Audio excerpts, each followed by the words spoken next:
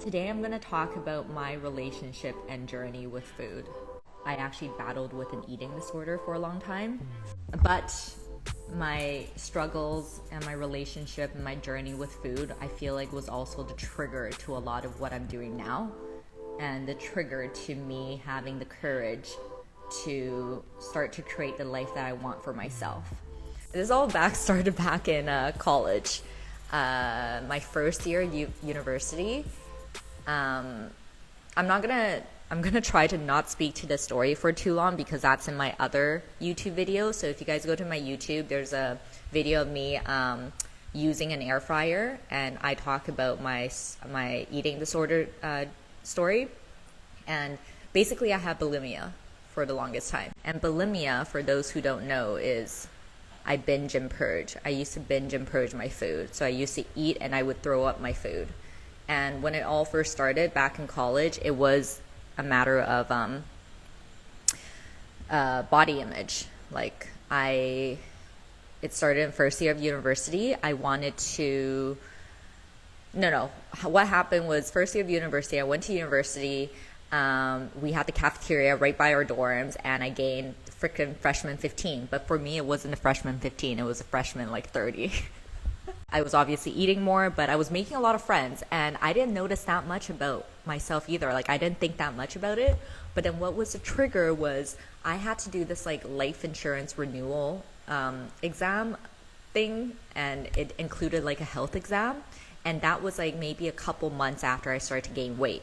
And I remember I did the exam, and then my insurance agent told me, they're like, oh, I'm gonna have to put you 10 pounds lighter on the application, or else you're not gonna get your insurance. After he told me he needed to lie about my weight so I can get my insurance, I was like, okay, I need to get fit. I was young and I was reactive, so I was like, what is the fastest way for me to lose weight right now? And okay, guys, you gotta bear with me.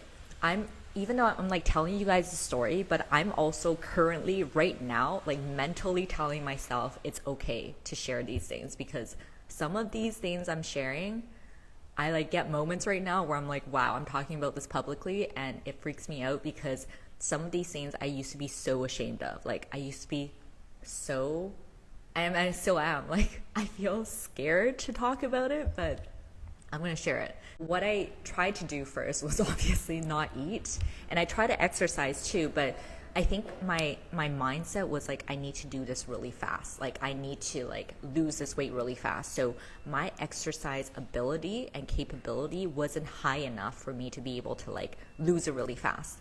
And then also I like food too much, so I was like, okay, I'm gonna try to not eat. But I was so close to a cafeteria, and the cafeteria this was back in, I went to college 10 years ago, so they weren't as health conscious as now. I'm sure college cafeterias have better food now, where it's more variety, more healthy stuff. But back then they had a salad bar, but that shit was boring. All the good foods were the shitty foods. So I was also unable to just tell myself to not eat, or to really not eat.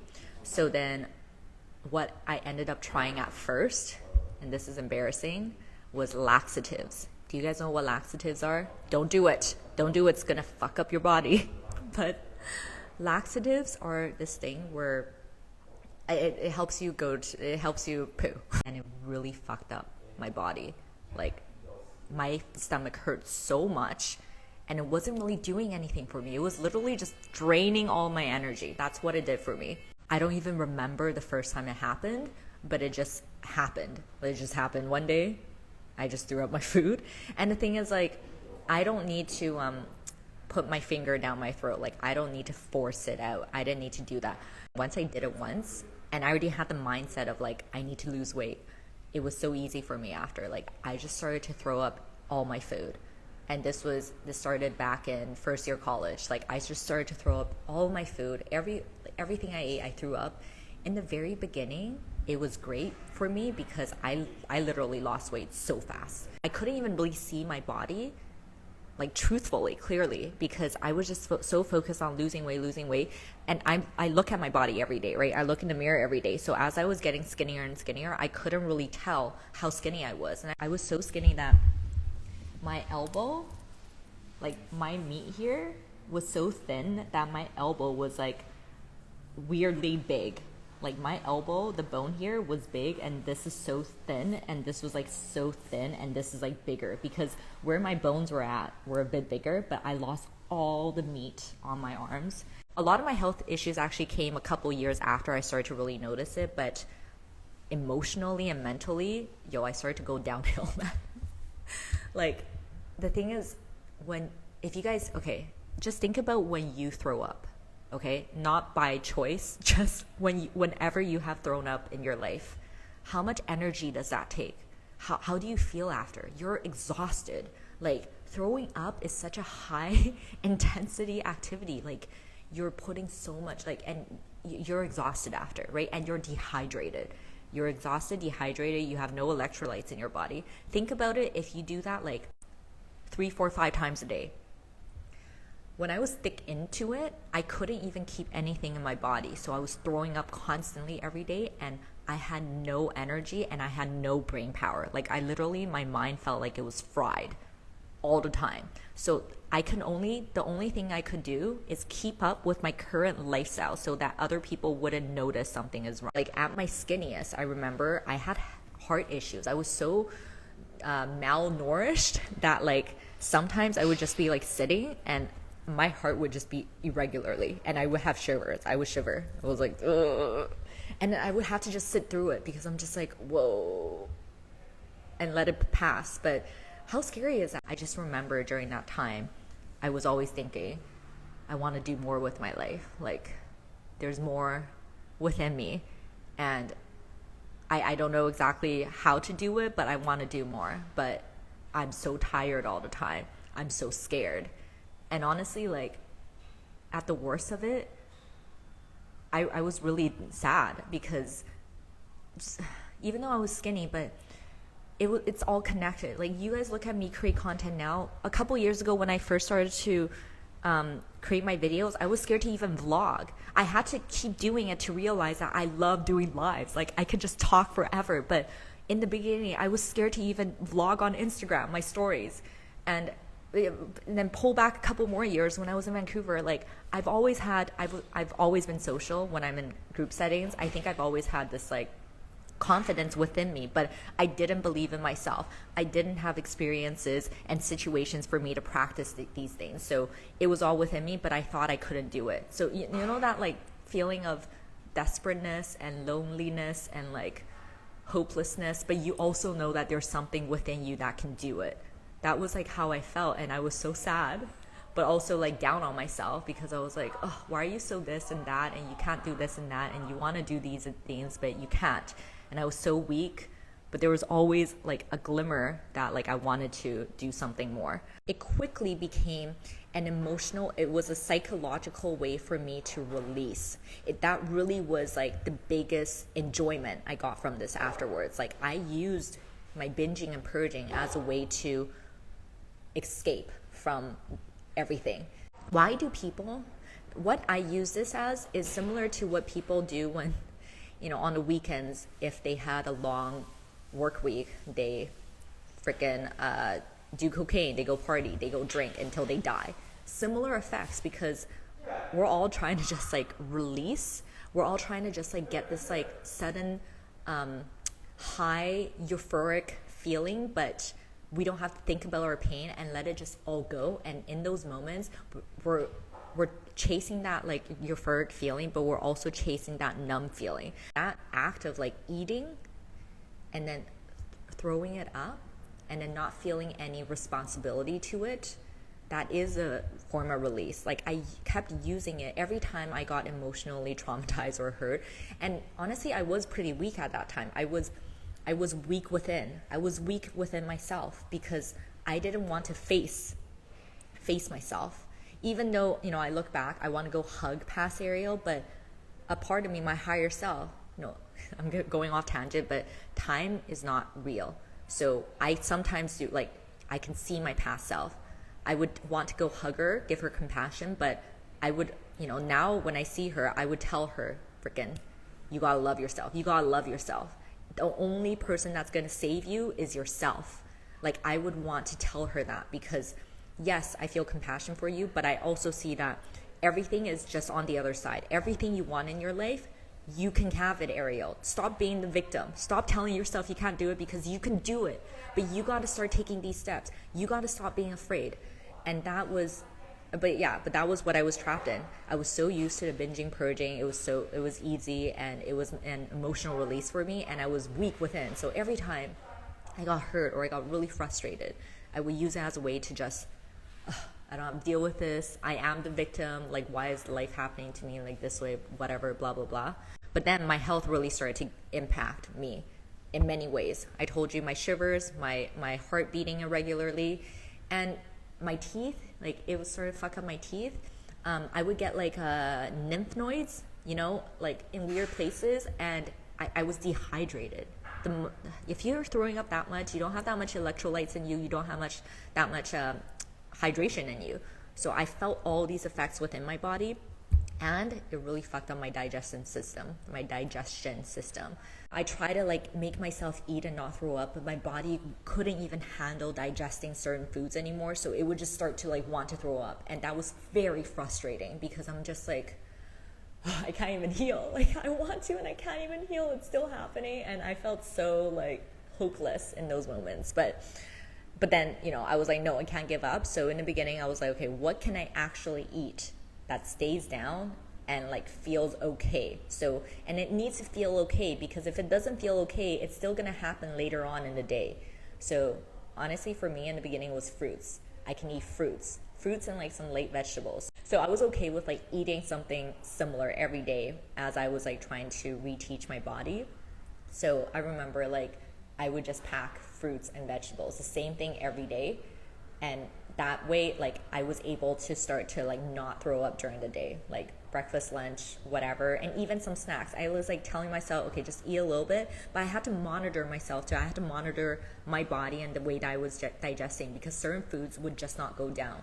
It went from every single meal to daily, but not every meal, to couple times a week, to once every week, to once every, or a couple of times a month, right? Like, that's what I mean by like healing is not a straight line. And it wasn't like this. It was like kind of like this, but it was like pretty much like consistent up. But even during that time, I would still feel bad about myself, because I would be like, you know, you see the media, you go on the internet, you research these things, and you think that like, okay, when people heal, they just make a commitment and they like go to rehab or something, or like they get help and they just like stop doing it.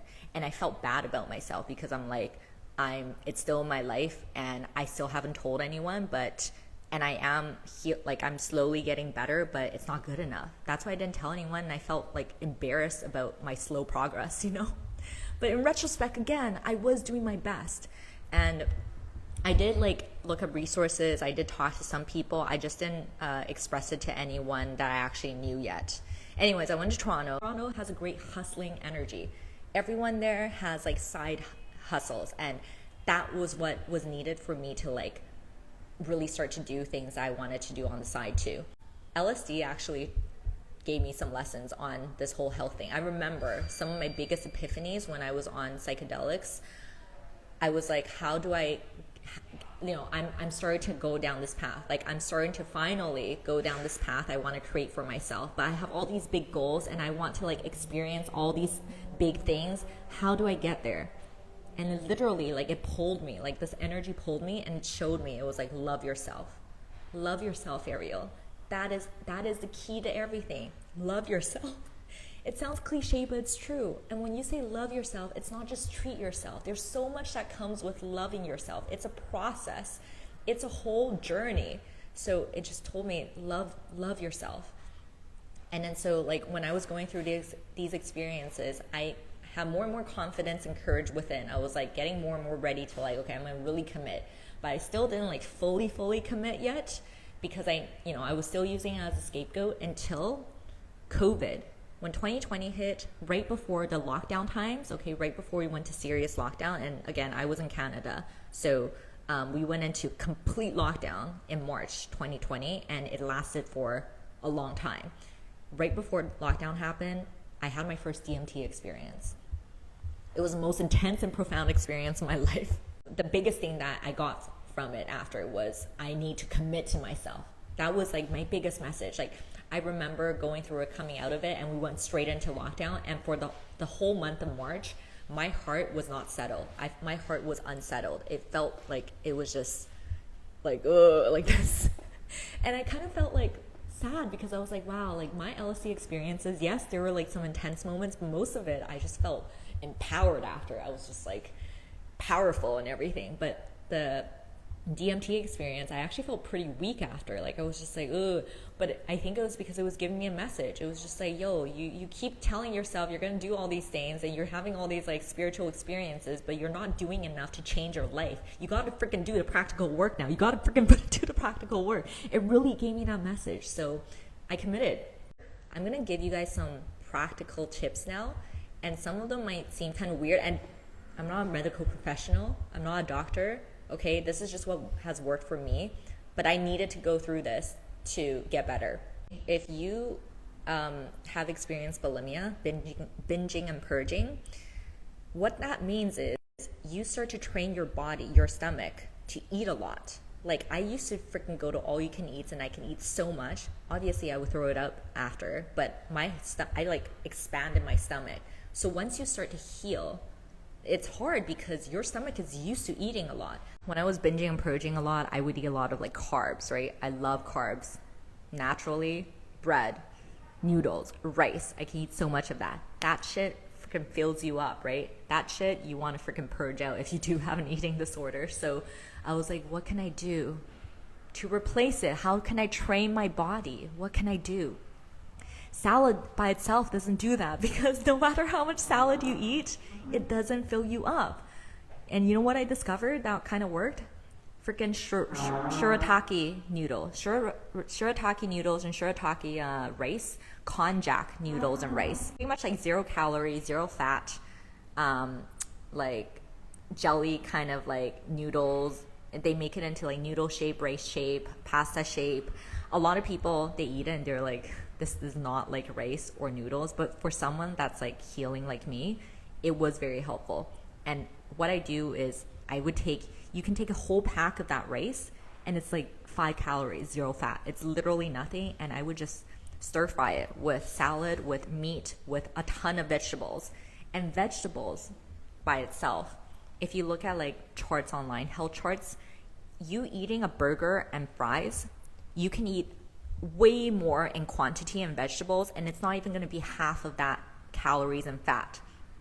I know I'm focusing a bit more on like calorie and fat right now, but that's not like my goal is not to say that's what you need to focus on. I'm actually I learned to not even do that. But again, if you're recovering, this might help you because this is what helped me. Like I needed to just have be able to have large quantity substitutes in food to just like train my body to like let my body just still be able to eat high quantity but not purge. Like I need to go through that. So that's what I did. Like during COVID, I would just find foods that were low density, like low in calorie and fat, but I can eat more of, and at least I can like work with my body. That's the other big thing I learned, to work with my body. Like your body, everything in life, it's my spiritual talk coming out, has consciousness. Everything has energy. Everything. And I've experienced this. Like everything has energy, especially your own body. And even your own body, it's not just like your brain operating everything. Think about it.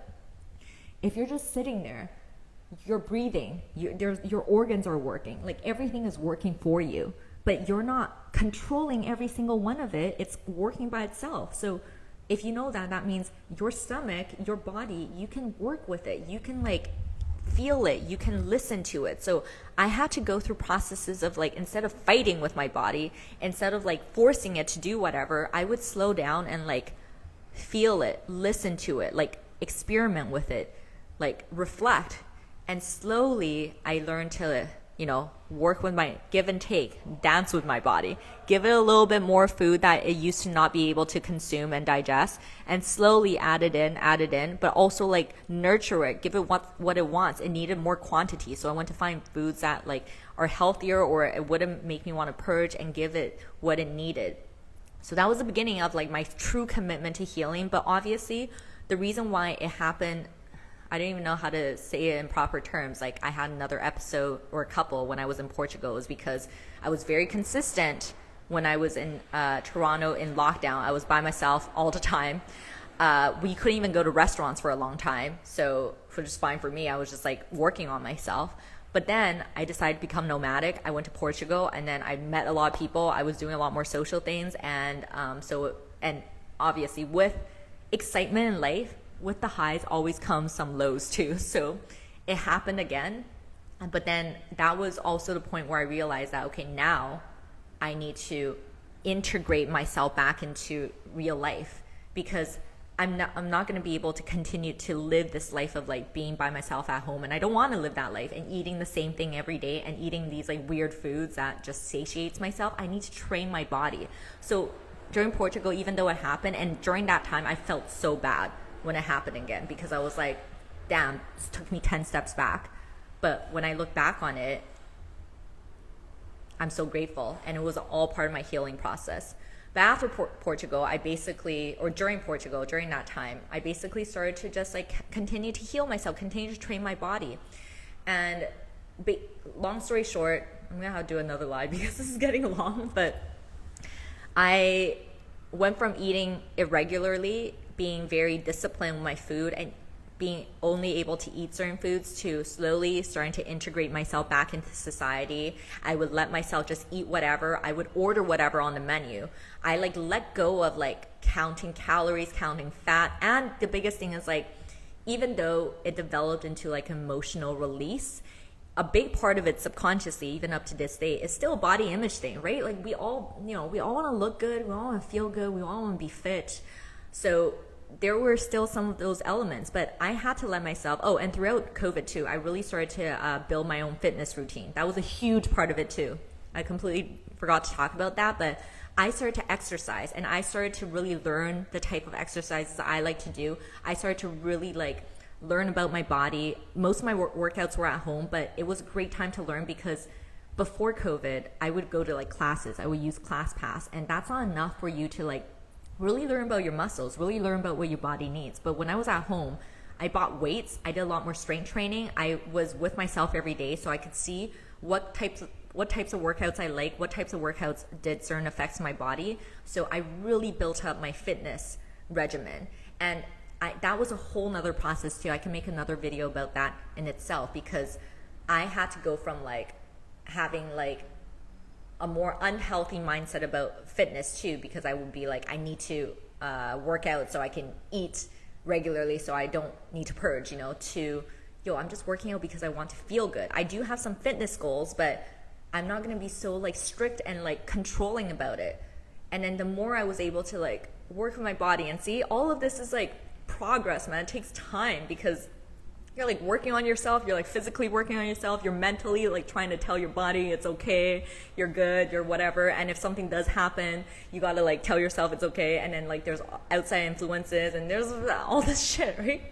So, but then yeah, I basically like got to a point where I'm exercising now, where because I like to feel good, I am building like certain muscle groups, but like I'm not doing it for the sake of just like I need to be skinny or whatever. And then through the process of working out and building my fitness routine and understanding my body, I started to really accept my body shape too, like how I look, certain parts of my body, like I learned to love it. And I started to like and through that you start to learn more about like your personal style, like how you want to dress, how you dress to like accentuate where you want to accentuate your style. It's all connected. That's why once you like commit to the self-love path, it's not going to be overnight, dude. No, it's going to be a long time, but you're going to slowly realize that it's all connected. It's not just one thing you're working on. It's connected to every part of your life. Maybe the biggest thing I had to tackle first was my eating disorder, my digestion, my body image issues, but then it started to lean into fitness and started to lean into my personality traits, my style, how I communicate, how I present myself. It's all connected. I ate a lot of like fiber and probiotics too to help me digest, so I wouldn't want to purge, and I wouldn't need to purge.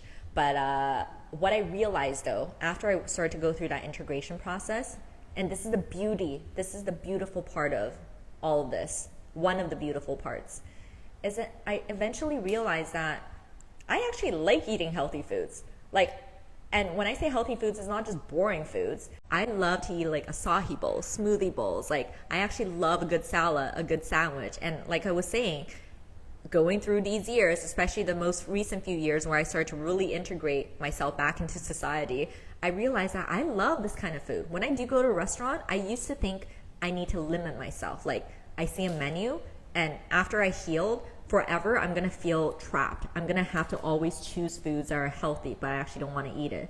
No, man, like I realize that sometimes if I want that pasta, I'm gonna order that pasta. But normally, I rarely ever want to order a burger. It's just not what I want to eat. Like I see a salad with like tons of ingredients in it, with some rice, with some like salmon, with a bunch of vegetables, and they have these toppings. Yo, that looks way more appetizing to me than a burger. Like actually. And that was such a miracle for me, a beauty, because I was like, wow, like once I truly committed to healing, God, the universe will show you, hey, we're not telling you to go through this to make you suffer. We're actually trying to lead you to liberation. We're trying to lead you to a point where you realize that, wow, like I can actually live like a free person. Like this is actually how I consciously want to live and what I want to choose. And that was liberating for me.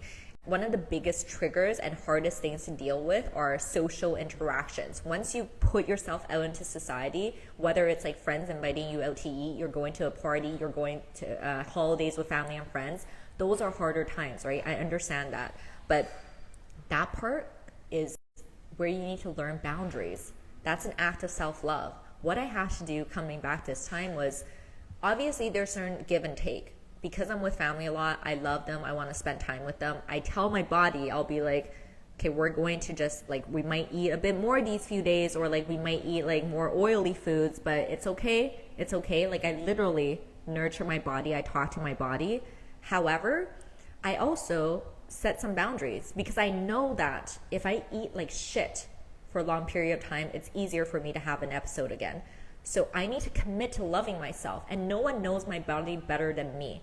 So I told my mom knows about my journey now too. And you know, the act of sharing your experience and your pain with other people is also a huge step in healing. For so long, I hid it for so long, but when I told my mom, she actually broke down in tears, and she just wanted to like, she was very compassionate, and that felt really good for me. Anyways, that's another story, but I told her, I was like, I really want to continue to eat my daily smoothie bowls. I actually eat that every day now. That's another tip for you guys. I went from like that Shiraki thing, even though that was good in the beginning to help me like overcome, be able to eat a lot, still afterwards I started to go more and more like I want to eat nutrient dense food, and I want to really like fuel my body with nutrients. And I really needed to do that too, because for so long I had nothing in my body. Like I was not getting any nutrients. So now what I do, this is another trick, this is what I make almost every day, even in Taiwan. I go to grocery stores, I buy the ingredients, I have one meal normally out with family or with friends or whatever. Another meal, I try to still eat this, and this makes my body feel good. I blend up vegetables and some fruits, a banana, celery, salad, tomatoes, carrot, zucchini, sometimes an avocado. I put healthy powders in it, collagen, some protein powder, bee pollen. And then in Asia, in Taiwan, there's a lot of like healthy herbs and stuff. I put some of that shit in. Put some ginger in. Because when you eat this kind of food every day, you do need some like huo. I don't know how to say it in English. Like you need some like qi, you know? It can't be too like cold based. So ginger is good. I put some ginger in it, blend that shit up, put it in a bowl, and I add more fruits on it, and I add some granola and nuts. And when I make this, it's still not attacking, but still working with my stomach needing to eat more. I can eat like 2 big bowls of it, 2 big smoothie bowls with fruits, granola, and I feel great after. But it's still allowing me to eat more, but it's all healthy, and I love it. And it's all plant-based. And going back to my self-love boundaries, that's what I do a lot in Taiwan. I like try to still eat that one time a day. Sometimes, obviously, I eat both meals out, but I'm not forcing myself. I actually love it. It makes me feel good, and it gives me consistency, so I can just like even like the other meals I have, I can eat whatever I want, but this will keep me consistent with how I want my body to feel. You got to know your own boundaries, self-discipline, self-love, and set it to prevent yourself from going down a spiral later on. That's something I really had to learn. Okay, you know what? I think I'm going to end it here. I hope that was helpful, but coming out from this, I really do think I need to do a Q&A. I'm sorry, guys. I know some of you guys, like, a lot of you guys left questions, and I wasn't able to address most of them, but hopefully as I continue to share my journey, that did give you insight. Okay, so my audio cut out from here onwards. I just want to say thank you guys so much for watching from YouTube or listening from Spotify. I do hope you enjoyed this content. If you do, I will create more content on this topic and do that Q&A. Thank you guys so much for listening to my story. Make sure to follow me on Instagram and TikTok at NIUVIEWS, NIU.VIEWS. And please subscribe to me on YouTube and Spotify if you haven't already. Okay, that's it. Thank you guys. Love you. Goodbye.